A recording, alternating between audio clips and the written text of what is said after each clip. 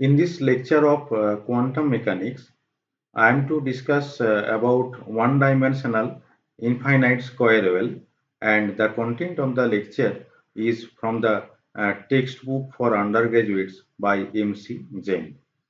So we are considering that a particle of mass small m is confined in a region of width 2a from x is equal to minus a to x is equal to plus a by impenetrable walls. Such a system is called a one-dimensional box. Inside the box, the particle is free but experiences a sudden large force directed towards the origin as it reaches the points x is equal to plus minus a. So, the potential energy for this problem is described like Vx, that is value of the potential energy at a distance x, is equal to 0 for mod x less than a, and it is infinite when mod x greater than a. So from this figure, this will be clear that this is the range of the dimension of the box. This is minus a, and this point is plus a, and this is the origin. And you see that in the walls, the value of potential energy goes to infinity. So from this point, that when the uh, distance of the particle is beyond a, beyond the box, then the potential becomes infinite. But if the particle is inside the box, then the value of the potential, that is Vx, that becomes 0. So this is the figure of the one-dimensional infinite square well potential. Now, in order to find the eigenfunctions and energy eigenvalues for this system, we have to solve the time-independent Schrodinger equation. So we have already described about the potential. You see that it is not time dependent. Potential energy depends only on the values for x. So in this case, we will use the time independent Schrodinger equation. This is minus h cut square by 2m d square psi by dx square plus vx into psi x is equal to E into psi x. Now the potential energy is infinite at x is equal to plus minus a. From the figure, it is very clear that at x equal to plus minus a, Vx goes to infinity. So the probability of finding the particle outside the well is 0. So it is obvious because as potential energy goes to infinite at from the wall to the outside, so the probability of finding the particle outside the well is 0. As the probability of finding outside the well is 0, then we can say that the wave function psi x must vanish for mod x greater than a, because we cannot find the particle outside the wall. Further, since the wave function must be continuous, it must vanish at the walls also. So psi x should be 0 at x is equal to plus minus a, that is at the walls. For mod x less than a, we can write the Schrodinger equation minus h cut square by 2m d square psi by dx square is equal to E into psi. Why? Because Vx is equal to 0 inside the well. So this is the Schrodinger equation for mod x less than a, that means inside the box. So we can write the equation in this manner: d square psi by dx square plus k square psi is equal to 0, where k square is equal to 2me by h cut square. Now the solution of this equation, we can write that psi x is equal to a sine kx plus b cos kx. It may be noted that the solution may also be written in terms of the complex number, that is psi equal to a e to the power I kx plus b e to the power minus I kx. But if we write the solution in this way, then it will be very convenient to solve this differential equation. That is why we are writing psi x is equal to a sine kx plus b cos kx. Now we have to apply the boundary condition. That means this condition we have to apply. So we obtain that at x is equal to a sine k plus b cos k is equal to 0, because psi x is equal to 0 at x is equal to a. So if we write x is equal to a here, so a sine k plus b cos k is equal to 0. Similarly, for x is equal to minus a, for x is equal to minus a, again psi x is equal to 0. So if we write x is equal to minus a here, so it will become minus a sine k plus b cos k is equal to 0. Now this equation, if we solve these two equations, will give a sine k is equal to 0 and b cos k is equal to 0. Now we cannot allow both a and b to be 0 because this would give the physically uninteresting trivial solution psi x is equal to 0 for all values of x. So simultaneously a and b cannot be 0. Also, we cannot make both sin k and cos k 0 for a given value of k. It is not possible that for a given value of k, both sin k and cos k is 0. Hence, there are two possible classes of solution. For the first class, a is equal to 0 and cos k is equal to 0. And for the second class, b is equal to 0 and sin k is equal to 0. We are writing these two classes by using this concept, that is simultaneously both a and b cannot be 0 and simultaneously both sin k and cos k are not 0. So two classes of the solutions are a is equal to 0, cos k is equal to 0, and the next class is b is equal to 0 and sin k is equal to 0. Now these conditions are satisfied if k is equal to n pi by 2. We are assuming that k is equal to n pi by 2, where n is an odd integer for the first class, because we know cos k will be 0 if n is odd, and for the second case, that is for the second class, n should be even integer, and for that only sin k will be 0. Thus, the eigenfunctions for the two classes can be written as psi nx is equal to b cos n pi x by 2a. Why? Because if we use the first condition, that is a is equal to 0 and cos k is equal to 0, and if we put the values in this equation, that is psi x is equal to a sin kx plus b cos kx 0. In the first case, a is equal to 0, so psi x will be b cos kx. Now we are writing b cos n pi x by 2a because k is equal to n pi by 2. So this is the first case, psi nx is equal to b cos n pi x by 2a, but n is odd integer in the first case. And similarly for the second class, we can write psi nx is equal to a sin n pi x by 2a, because at that time b is equal to 0, but n is the even integer. So these are the eigenfunctions for the two classes of the solutions. Now we can normalize this eigenfunction. Uh, so for the normalization process, we have to use the criteria, that is minus a to plus a sin star x sin x dx is equal to 1. And this gives a square sin square n pi x by 2a dx. This is for the second class, and b square minus a to plus a cos square n pi x by 2a dx. This is for the first class. That should be equal to 1. And from the both integral, we can obtain, that is a equal to b is equal to 1 by root a. These are the values of a. So the normalized eigenfunction will be sin x equal to 1 by root a cos n pi x by 2a, where n is odd integer, and sin x is equal to 1 by root a sin n pi x by 2a, where n is even integer. But it may be noted that it is unnecessary to consider negative values of n, because at that time the resulting solutions will not be linearly independent of those corresponding to the positive values of n. So we will consider only the positive values of n. Now the only allowed values of k are k is equal to n pi by 2a. We can have from this equation 7.7, because k is equal to n pi by 2.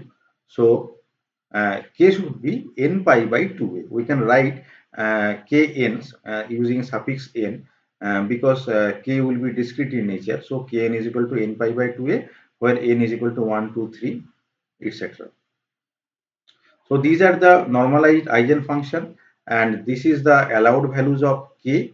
And so the energy eigenvalues will be En equal to h cut square kn square by 2m, because we have already written, that is what is the value of k square is equal to 2me by h cut square, that is equation 7.4. So k square is equal to 2m e by h cut square, and from this relation we can calculate value of e. E should be k square h cut square by 2m. Again we have already shown that allowed values of kn is equal to n pi by 2a. So the values of energy will be En is equal to h cut square kn square by 2m. So n square pi square h cut square by 8m square by writing the values of k here. So En is the possible energy eigenvalues where n is equal to 1, 2, 3, etc. Thus, energy is quantized. Energy is quantized means for different values of n, we will obtain different energies. So, energy is quantized. The integer n is called the quantum number, and there is an infinite sequence of discrete energy levels. For different values of n, we will obtain different energy, and this is an infinite sequence. And there is only one eigenfunction for each of the level.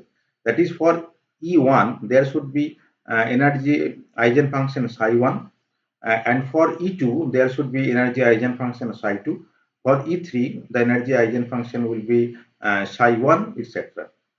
That means there is a particular eigenfunction for a particular energy level. So the energy levels are non-degenerate, as different energy levels corresponds to different eigenfunction. That is why the energy levels are non-degenerate in nature. It can be easily shown that the eigenfunctions psi mx and psi nx corresponding to different eigenvalues are orthogonal in nature. That means minus a to plus a psi m star x psi nx dx is equal to 0, where m is not equal to n. Here we are not showing the detailed derivation, but you can check it very easily, as m and n are different. That means what is the expression of psi m or psi nx? Suppose this is the expression for the psi nx. Now you take two different values of n. You can take the first value as 1 and the next value as 3. Then you put the values in this equation. So if we evaluate the integration, then you will check that this integration is 0. So it is very easy to show that the eigenfunctions corresponding to different energy levels are orthogonal in nature. And if we combine the orthogonality and orthonormality condition, then we can write that is minus a2 plus a psi m star x psi nx dx is equal to delta m. So for a particular value m equal to n, and this will give you 1. That means normality condition. But if you consider different values of m and n, then this will give you 0. Now, if we plot graphically the first four energy levels, then the energy levels will be like this. This is the first energy level, this is the second, this is the third, this is the fourth, and so on. So this is the energy level diagram for the potential well. We know the de Broglie hypothesis. So from the de Broglie hypothesis, we can calculate the wavelength for the nth quantum state. So the formula is like this: lambda n is equal to 2 pi by kn. So from the value of kn, we know that is k is equal to n pi by 2a. So from that expression, lambda n will be 2 by n into 2a. This gives 2a is equal to n by 2 into lambda n. So this relation is very important. 2a is the width of the well. So width of the well is equal to n by 2 into lambda n, or n into lambda n by 2. So lambda n by 2 is the half wavelength. So n times the half wavelength will be equal to the width of the well. So we can verify this relation by plotting the wave function. It will be clear after we plot the wave function. Suppose this is the wave function we have shown here, and this is the dimension of the well, that is from minus a to plus a, and this is the first wave function, this is the second, this is the third, this is the fourth, and so on. Now suppose n is equal to 3, psi 3. So for psi 3, you can see that is in the total width, that is in the range 2a. This is the first de Broglie wavelength, but half de Broglie wavelength, lambda n by 2. This is the first, this is the second, and this is the third. So in that range, total 3 half de Broglie wavelength can fit. This is the from here to here. This is the first half wavelength, and from here to here this is the second half wavelength, and from here to here this is the third wavelength. So for all possible wave function we can verify. For example, for psi 2 it is 2 into uh, half of de Broglie wavelength, because this is the first half de Broglie wavelength and this is the second half of de Broglie wavelength. So this formula can be easily verified if we plot the wave function. So the general thing is that nth quantum state is obtained when n by 2 de Broglie wavelengths can fit into the box. And another thing is to know that nth eigenfunction has n minus 1 nodes in the box. So if we consider psi 3, so there should be n minus 1 nodes. So these are the for psi 3, 1 node and 2 node. So this is psi 3. So n minus 1 means 2. So 2 nodes will be there. This is for all. So this also can be verified. And another important thing is to note, this is about 0 point energy. It is important to note that the lowest possible energy, also called the 0 point energy, is not zero. You see the expression for the energy. This is En is equal to n square pi square h cut square by 8m square, where n is equal to 1, 2, 3, etc. So for the first value of n, that is 1, E1 is equal to pi square h cut square by 8m square. So this is the lowest possible value of the energy, and it is not equal to 0. This fact is in agreement with the uncertainty principle. By trapping the particle in a limited region, we acquire information about its position. We can say that the particle is confined in the range of the dimension 2a. So the position is certain. Therefore, its momentum cannot be known with complete precision. This prevents any possibility of the particle being at rest, because we cannot say about the value of the momentum.